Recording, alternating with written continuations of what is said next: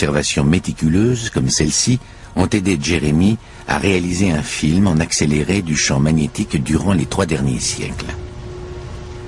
Ce que révèle ce film sur un endroit en particulier est significatif. On a observé des changements brutaux dans le champ magnétique sous l'Atlantique Sud. Sous l'Atlantique Sud, Jeremy a trouvé ce qui fait faiblir rapidement notre champ, des anomalies magnétiques. Et elles grossissent. Au début du XXe siècle, on voit l'émergence d'une nouvelle plage de flux inversé. Un endroit où les lignes de champ magnétique, au lieu de sortir du noyau, y retournent.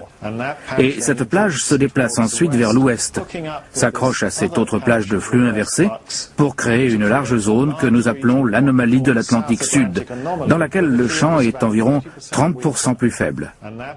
Et cette plage a grossi considérablement durant les 100 dernières années.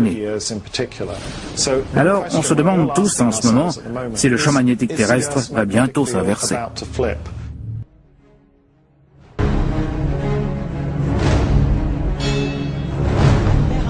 Le premier à l'avoir évoqué au début des années 50. Plus récemment, une étude de l'université Princeton révèle que les pôles se sont déjà déplacés.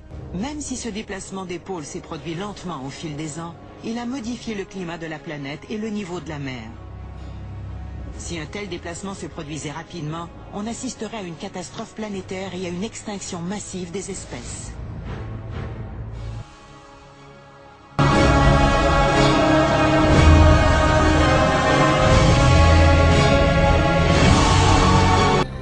Alors que l'expérience se poursuit, les inversions arrivent environ tous les 100 000 ans de temps simulé. Et à chaque fois, le processus commence de la même manière. C'est intéressant d'observer que chaque inversion de polarité s'est produite quand l'intensité magnétique était très faible. Elle décroissait et finalement, quand la partie dipôle du champ était très faible, alors il s'inversait. C'est la preuve que ce que l'on observe aujourd'hui, une diminution de l'intensité magnétique, est effectivement lié à une future inversion. De plus, Gary a pu voir pourquoi les inversions sont annoncées par un champ décroissant. Cette modélisation montre une partie de la simulation d'une inversion de champ magnétique. Regardez, le bleu représente le champ dirigé vers l'intérieur et le jaune représente le champ dirigé vers l'extérieur.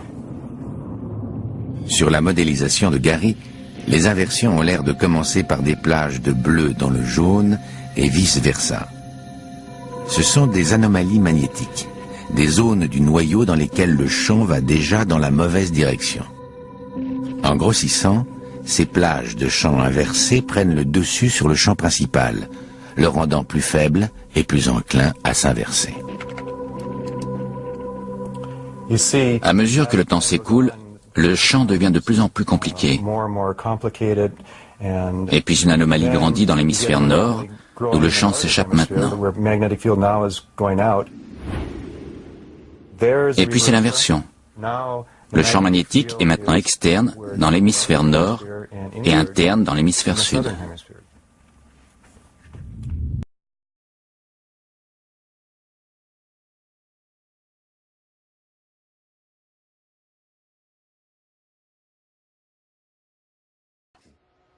Quand, après une inversion polaire, les pôles sud et nord auront changé de place, il se produira la même chose que si l'on fait faire à une boussole un tournant de 180 degrés.